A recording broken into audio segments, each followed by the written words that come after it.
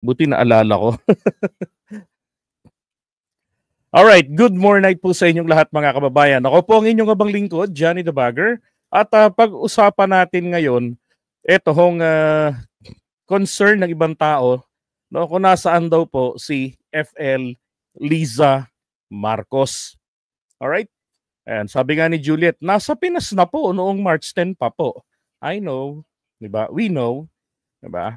So ngayon, hindi kasi ang sinasabi nila dyan, no?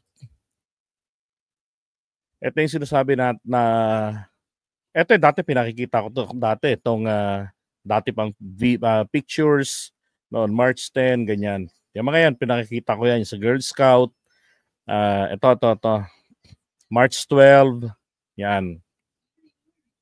March 11, ayan yung video na yan.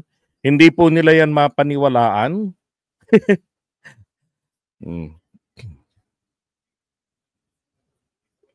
Yan. Okay, hindi nila mapaniwalaan yan. So ngayon, sinasabi kasi nila ito yung March 10, ito yung sa participation in the Manila Film Festival. Ito yung sa Los Angeles, California. Na kung saan, ginamit din ho ng mga DDS ang picture ng isa sa mga tao na nakasalamuha ron. Kakilala naman po ni na FL yon. Walang iba kung hindi etong anak ni ni Juan Ponce Enrile.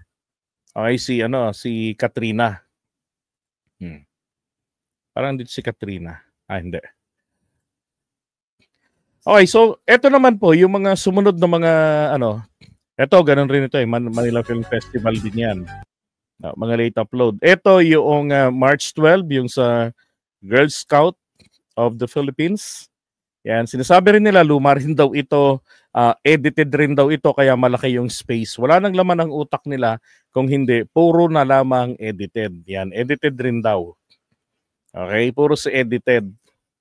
Ngayon, pinaka-latest naman po, puntahan na lang natin yung pinaka-latest. Teka. Hindi mo na yan. Meron pa Ito hindi rin daw totoo. Last year daw po ito.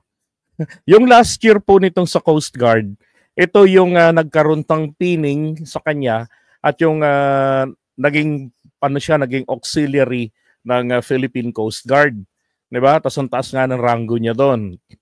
Ngayon, ito naman ay may ginawad sila rito sa Red Cross.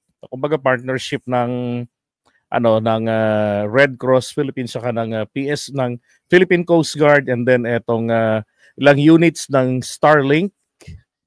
Yan, Starlink kits. So para sa internet po, hindi po bokya ang signal ng Philippine Coast Guard natin pag nasa laot sila. Sabi nga nung isa ni Aika Berte, fake news na naman. Yan yung mga taong hindi po talaga marunong makaintindi. 'Di ba?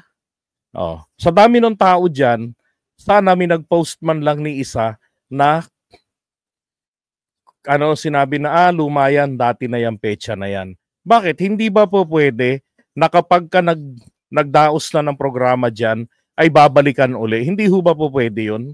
'Di ba? Common sense lang. Ang hindi lang po talaga makagawa ng ganon yun pong mga taong tamad. Okay? Pa-cute lang doon sa trabaho. Ngayon, eto rin. Issue rin ito sa kanila, yung pag-turnover nito. So, chinek ko rin naman ito sa ibang mga, ganito, turuan ko kayo para ma-check nyo po kung legit ba yung picture. Ito ba ay edited? Then, kailangan nyo lang kailangan nandito kayo sa Chrome. Okay, ang gamit ninyo na search engine ay Google Chrome. Now, yung image, right-click, pag nasa PC kayo, and then hanapin niyo yung search with Google Lens. At dito nyo po makikita yung mga iba't ibang artikulo na kapareho nito. Ngayon, pinagkiklik ko yung mga yan. Kasi ito yung mga kapareho niya, yung mga related dito, tapos yung mga taong nag-post nito, mga nandyan po, present, dumalo sila. Iilan lang nakikita natin dyan sa harapan, but in fact, marami po yan sila dyan. Okay, so ganun lang po yung pag-check niyan.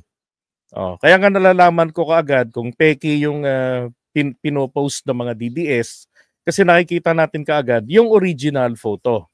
Okay? So ganun lang kadali siya. Ito yung sinasabi nila na edited raw kasi nga yung sa kamay. Minapanood akong isang video na pinatutunayan niya na edited, anak ng putya. Kasi hindi daw nakapatong ng todo yung kamay, nasa gilid lang. Kung sa gusto ba niyang ganyan ang gawin niya sa kamay niya eh. 'Di ba? Alangan naman na itong mga to nag-uusap-usap diyan ng wala lang. 'Di ba? Tapos ano pala, blanco yung nasa harap nila and then ang purpose ay mag-e-edit. Mga loko-loko lang talaga. Then ito noong 2023, yan, 128th anniversary of the office of the president.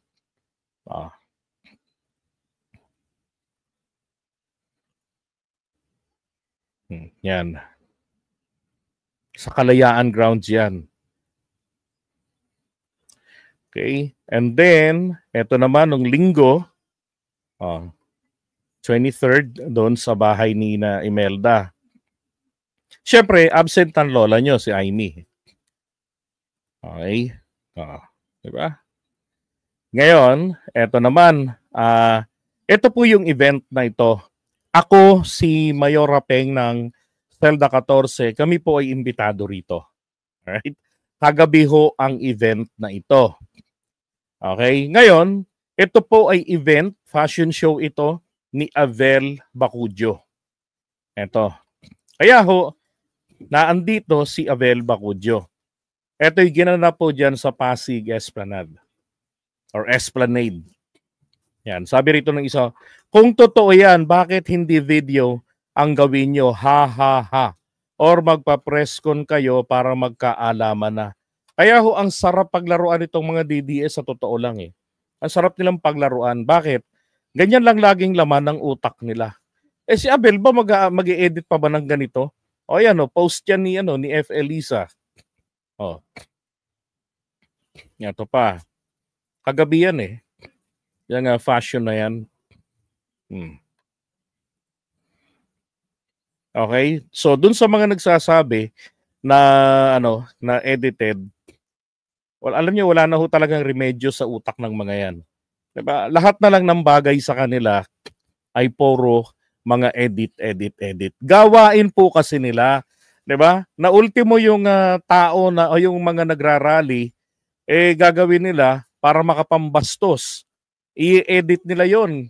Lalagyan nila ang isinisigaw, Duterte. Pati yung proclamation, yung unang-una, doon sa Ilocos, sa Paway. Ay, sa Paway ba yun? Basta sa Ilocos Norte. Hindi kasi ako kasama ron eh. So, napanood ko yung buo nun. May nakita akong video kahapon, napahiya daw si PBBM kasi hindi ba inintroduce siya ni Sandro. Nung pag-introduce si Sandro, so eto na si PBBM, lumapit na ron sa may podium. Lawag City, ayun. Thank you, Jenny Ramos. Ang ginawa ngayon ni PBBM, lumapit doon. Habang palapit siya, sumisigaw yung crowd. Sobra lakas. Puro Duterte. Puro Duterte yung isinisigaw.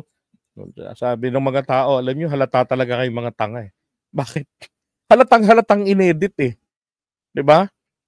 Ay nako. Kasi yung original, napanood ng mga tao. And anyway, ang naniniwala lang naman doon, yung silang mga DDS lang din naman.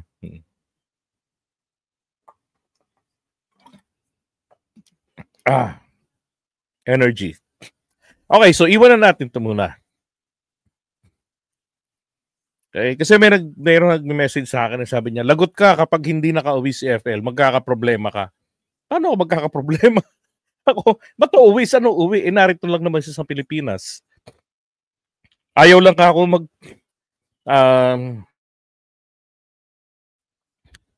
ayaw lang sa inyong magpakita para masiraan kayo ng tuktok. Kasi kahit magpakita yan ng press conference, sasabihin ninyo, late, scripted yung tanong ng mga reporter or ng mga vloggers. Diba? Pag ayaw maniwala, wala tayong magagawa eh. Yeah, that's right. Pinangahawakan nila fake news, 'di ba?